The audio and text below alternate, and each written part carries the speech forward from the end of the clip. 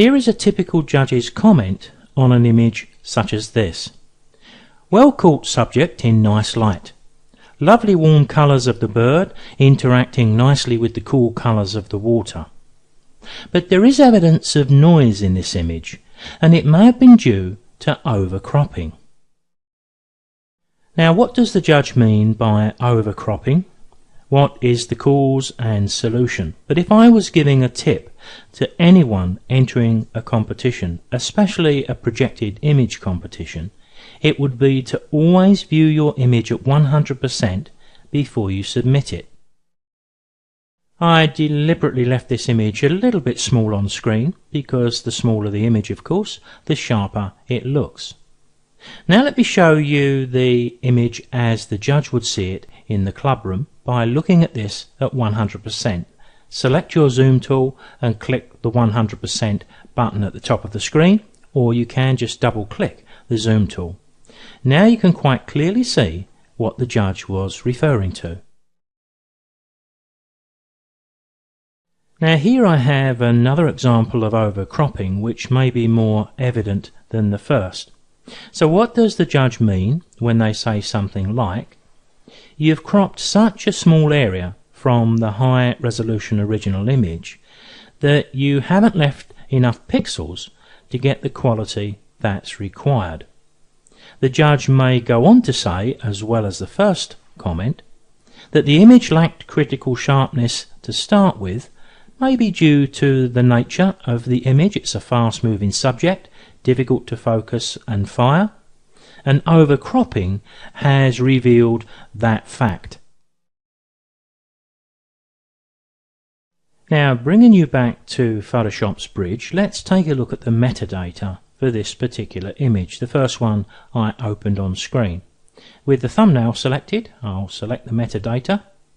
We can see straight away that we can see by the viewpoint that I was quite low down, which was good for a subject like that.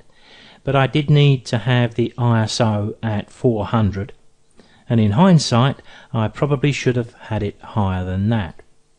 You can see that the shutter speed was 1,250th of a second at f8. Now why f8? Well, let's look down at the lens choice and we'll see.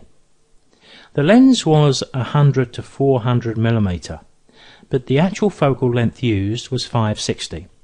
So what I actually used there was a 100 to 400 mm zoom coupled with a 1.4 multiplier which took it to 560 mm. So I'm using an extremely long lens. I have a very shallow depth of field, and although I've got a fast shutter speed, it probably wasn't quite fast enough to freeze the movement of that bird as it was having its bath in the evening. Now you're looking at the original image, which looked a little different to what you saw a few moments ago. So let me open this up into Photoshop and let's take a look at what I did to crop the image. As you can see that the bird is rather too small within the frame. But it doesn't look too bad when we see the image at that size, does it? But if we pick up our crop tool, and if I try to use the values that my camera club requires, I do have the opportunity here to select too small an area to view. So if I selected that as my area, then I'm going to get exactly the same quality that I see here. But if we're being ultra critical, we haven't got critical sharpness here at all. Let me just come away from that for a moment, and I'll pick up my zoom tool and we'll zoom in. And there you can see what I mean. It's sharp, but it lacks that critical biting sharpness that we would need if we wanted to crop in close. So let's give it a whirl anyway, because I think what some members do is to click and drag to crop the image. They move the image about to get it nicely composed, and because we've got lots of space we can even have a little bit of a tilt. We can do all sorts of weird and wonderful things, but of course what I've just done is I've taken too small a crop from the image, so when we see it at 100% it lacks the quality we're looking for. Now if we are rushing to get this image off to the Camera Club competition and we crop it, but we don't look at this at 100%, as you can see by what we're viewing here, easy to miss, isn't it? Save this as a JPEG, fire it off to the Camera Club. The first time we see there's any problem is when it appears on the screen in the Camera Club, and then the judge is going to tell us what we should have been able to find for ourselves if we just looked at this at 100%. The size it's going to be seen in the club room. Clearly you can see a lack of sharpness. There's quite a bit of noise around the outer edge in the lighter areas of the water. Here's another image which I'm showing to you inside of the Lightroom library. I think pretty typical. Who could resist trying to fire off a couple of shots as this much smaller bird harasses the bird of prey? Let's take a look at the metadata to see how this image was shot. Over to the right there's the metadata here.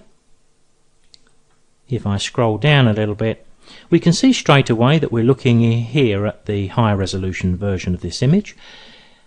1/1000th of a second at f11. In hindsight, what we should have done is probably made that f11 f8 or 5.6. That's about the maximum I could have gone to at 5.6. That would have given me a 4/1000th of a second shutter speed.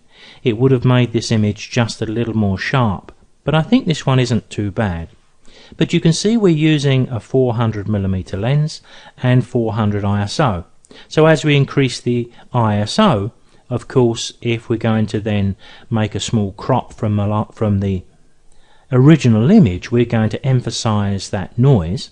If we haven't got critical sharpness, we're going to emphasize that noise. So you can see we're putting one problem on top of another. Now there's no difference to what I'm about to do here in Lightroom to what we did a few moments ago in Photoshop's Bridge and Lightroom. Think of the library as almost the equivalent to Photoshop's Bridge, and the Develop module may be Camera Raw and also Photoshop. So let's go to the Develop module. Let's select the Crop Overlay, and from the options here I'll select the 16:9 option, which is the Camera Club values and the raws. So as you can see, if I cropped it at that point, the image is going to be far too small in the frame. So I'm going to crop the image. I'm going to place the birds on a third. I'm going to try to see if I can give it a bit of a rotate to get a nice angle, and that's looking pretty good. When I'm happy with that, I can hit the done button at the bottom right, and there we have the image. Now you're looking at a very slightly compressed video, and you could be looking at this and saying, well, that's not too bad. Let's take a look a little bit closer by going to the top of the screen and selecting 1:1, and as you can see from the tooltip there that's popped up, the zoom is going to go to 100%. So let's select that, and then we'll move down to where the bird is being displayed. Once again, we haven't got absolutely critical sharpness, but probably the sharpness is not the issue here. I've just took really too small a part of the image, and we can see noise in the image and the quality is suffering. Now I've just increased the magnification here to 4:1, which is quite high. But modern image editors like Photoshop and Lightroom can be quite effective in dealing with noise, but of course not quite so effective in dealing with just lack of pure quality. For example, if I go to my Details tab and down to the Luminance slider under the Noise Reduction heading, if I click, I can deal quite effectively with the noise, but still the quality of the image doesn't match what we're looking for. If we go back to 1:1, I suppose we could argue that it's improved very slightly, but of course the judge is almost certain to make a comment on the lack of critical sharpness in this image. So if you want to prevent the judge telling you what is absolutely obvious when the image is on screen, then before you send your images to club competitions, you must view them at 100% so you can determine whether the image is really up to standard. And now back in Photoshop, and just to really state the obvious and demonstrate the obvious, a much tighter crop of the same image doesn't look too bad when we're seeing it as small as we're seeing it here. Look at the same image at 100% and it's a different ball game completely. To be able to crop in as close as I have here and retain the quality that's going to find its way past the judge's comments, the original image really needs to be absolutely superb. It needs to be sharp enough to cut our finger on, and it needs to be perfectly exposed too, because good exposure also reduces noise.